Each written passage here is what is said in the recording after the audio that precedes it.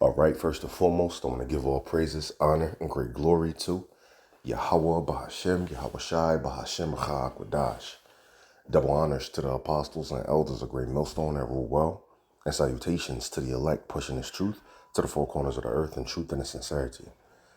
All right, in this particular video, I want to touch on the takeaway of the whole Charlie Kirk memorial. Now, if you haven't saw it, hey, they went up there, they mourning and all that bullshit speech. But then it got switched into an agenda push. Okay. Now they was talking about, Trump came up there talking about crime. He switched it into going into Memphis with the National Guard. He brought up Washington, D.C., how the crime is down because what they did in Washington, D.C. And also how they're going in Chicago next. All right, how they will be going in Chicago. So they switched this whole Charlie Kirk shooting into an agenda push. All right, so I asked ChatGPT. Forgot what question I asked verbatim, but I believe I asked what was the takeaway from Charlie Kirk Memorial and what did Donald Trump promise that he will get done in the remembrance of Charlie Kirk. And it brought up some interesting points. Now, I was watching it a little bit, but I didn't catch all of it because I was laying down. But it says, let's go with number 2. It says, honoring his request to save Chicago. So that's what Donald Trump was saying. They're going to honor Charlie Kirk's request to save Chicago. You see? So this is an agenda push. And we've been saying, you YNs out there in Chicago trying to tell the U.S. military, don't come over here. We got switches. We different in Chicago. Motherfucker ain't got no bit of facial hair on him.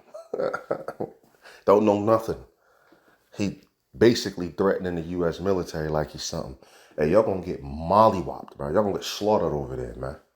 Y'all gonna act like y'all something. Y'all gonna get hemmed up. And then y'all gonna be yelling now, y'all can't do that. Or some shit like that. Y'all not gonna do anything. And here's the thing. If y'all bust a shot, if there's any firing at the U.S. military, the temperature is gonna turn up. Now they're gonna become very hostile to the public, man. You see that? To your little protest. They're gonna become very hostile. In Washington, D.C., they already got approved, and authorized to use what? Live ammunition, man. So they're patrolling with live ammunition. You see? And also they use this to fuel a civil war and a race war, which is prophesied to come. All right? So is this Charlie Kirk shooting the thing that's going to usher in? Well, a lot of things built up. It's going to build up to a race war, civil war. But is this right here going to be the catalyst, the straw that broke the camel's back type of thing? Is this going to be the thing that they're going to use to really push for this race war and really push for the civil war? You see, they got memes of Trump. He got a stick and he's poking America. You know how kids see something dead on the ground or whatever, and they take a stick because they don't want to get close to it and they poke it. Yeah, they got a meme like that of Trump. He's poking America, saying, come on, do a civil war. So people are already kind of hit to what he wants to go down. All right. And people are falling right into it. All right. You have the right against the left. Charlie was an extreme so-called right winger. So you got the extreme left wing out here saying, F Charlie Kirk, F this. I don't care if he got shot. One dude came out and said he had saw the shooting from all angles, and he must say that Charlie looked good in red. So, you got people coming out and mocking to death, and willing to stand 10 toes down on their beliefs about Charlie Kirk or their opinion about him. All right, ready to fight on that. All right, and on the other hand, on the right wing, you got them saying, one of the promises is to we're going to get into it. That's number 5, to persecute those who mocked him. This is at his memorial. How's this going to look? I can't tell you. But they're already getting people fired. But now you have them at Charlie Kirk's memorial, the vice president and the president going up there speaking and talking about vengeance for those who actually had an opinion against him, all right, that mocked his death, all right? The hypocrisy of it all, because they mocked George Floyd dying.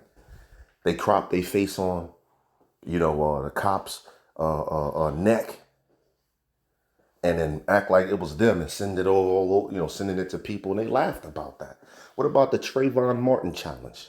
And these ain't nothing but niggas anyway, so we don't really care about them in the sense of them being a 2/3, but they are people anyway. They Israel, but there was some wicked niggas anyway. So we ain't shedding a tear for that.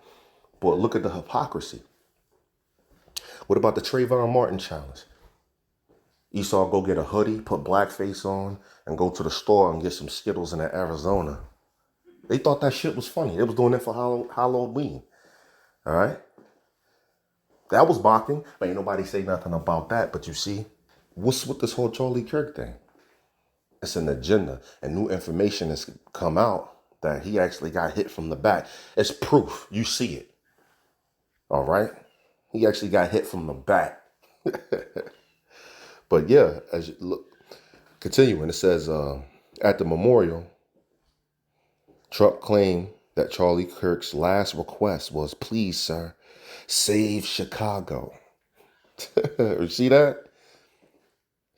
Man, referring to rising crime in that city, Trump vowed to extend federal intervention to Chicago, similar to what he has done for Washington, D.C. and Memphis.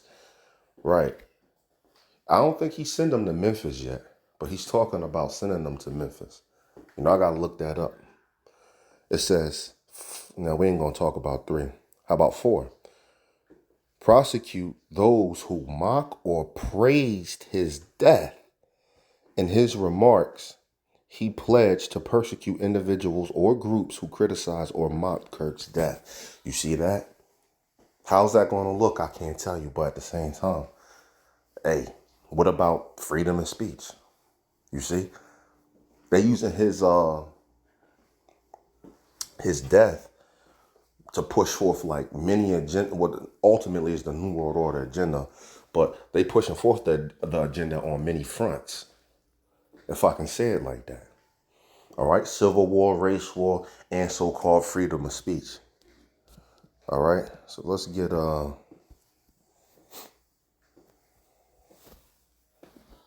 Ezra 15:15 to show you that it is prophesied. In 2 Ezra 15:15, we read, for the sword in their destruction draweth nigh, and one people shall stand up and fight against another, and swords in their hand. That's right. That's a civil war and a race war, man. All right. One people shall stand up and fight against another. The definition of a civil war is citizens of a country fighting against one another. You see? And it said with swords in their hand. Modern day sword is a gun. But when all hell starts to break loose, people that don't have guns, they're going to grab bats, crowbars, chains, machetes, actual swords, walking around with bricks in their hand and shit. Yeah, it's going to get live. You see? Let's continue. For there shall be sedition amongst men. Yeah, are rising up against the government, which we see happening. All right? We had the Million MAGA March, everybody going against the government because they were hip to the New World Order agenda. They believe Trump's going after the deep state and all of that, which they getting played on that. But then you have a lot of people turning on Trump, a lot of MAGA turning on Trump right now too. All right. But anyway, you have sedition amongst men arising up against the government. All right. And a rebellion against the government. And sedition leads to insurrection and incites insurrection. All right. There shall, and invading one another. They shall not regard their kings nor princes, and the course of their actions shall stand in their power. A man shall desire to go into a city and shall not be able. Right. So if a race war, civil war pop off, what's going to happen is the military is going to have to be deployed to to maintain order or to get order back in, society. You see, people gonna rise up against the government, and when race wars and stuff start popping off and incidences start happening back to back, they might send they talking heads out there to try to calm the population down, and it's not gonna work. But the troops are gonna be out there on the street, and they're gonna be deployed, and they're gonna set up checkpoints, so forth and so on, which we see already happening in Washington D.C. They have checkpoints out there already. You see? All right. So let's get Isaiah chapter 13. We're going to exit this video. This is going to be a quick video. I believe not.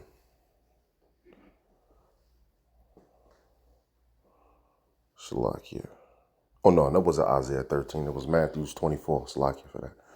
Matthew's 24, 7, and we read, "For nation shall rise against nation, and kingdom against kingdom, and there shall be famines and pestilences and earthquakes in diverse places." That's right. But I want to focus on, for nation shall rise against nation. When you get into the word nation, it goes back to ethnos. Ethnos meaning your ethnicity. So, hey, getting into this race war. All right. And there also will be a civil war. I brought that out in 2 Ezra 15 and 15. All right. And one people shall stand up and fight against another with swords in their hand. You see? I believe 2 Ezra chapter 6 talks about a neighbor shall fight against the neighbor, your own neighbor. Loosely quoting it. I butchered it, but it talks about how neighbors are going to turn an evil eye toward a neighbor, and they're going to fight each other, man. You see? That's that civil war, man. All right? But anyway, I hope this was edifying. Hope you could take something from this. And, hey, things is heating up out here, man.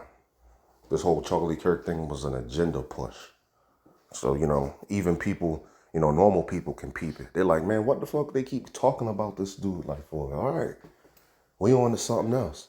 They're not mocking it. They're not scoffing at it. They're talking about the regular, everyday people. They just saying, look, man, what the hell they keep bringing it up for? That because no crisis is going to go wasted.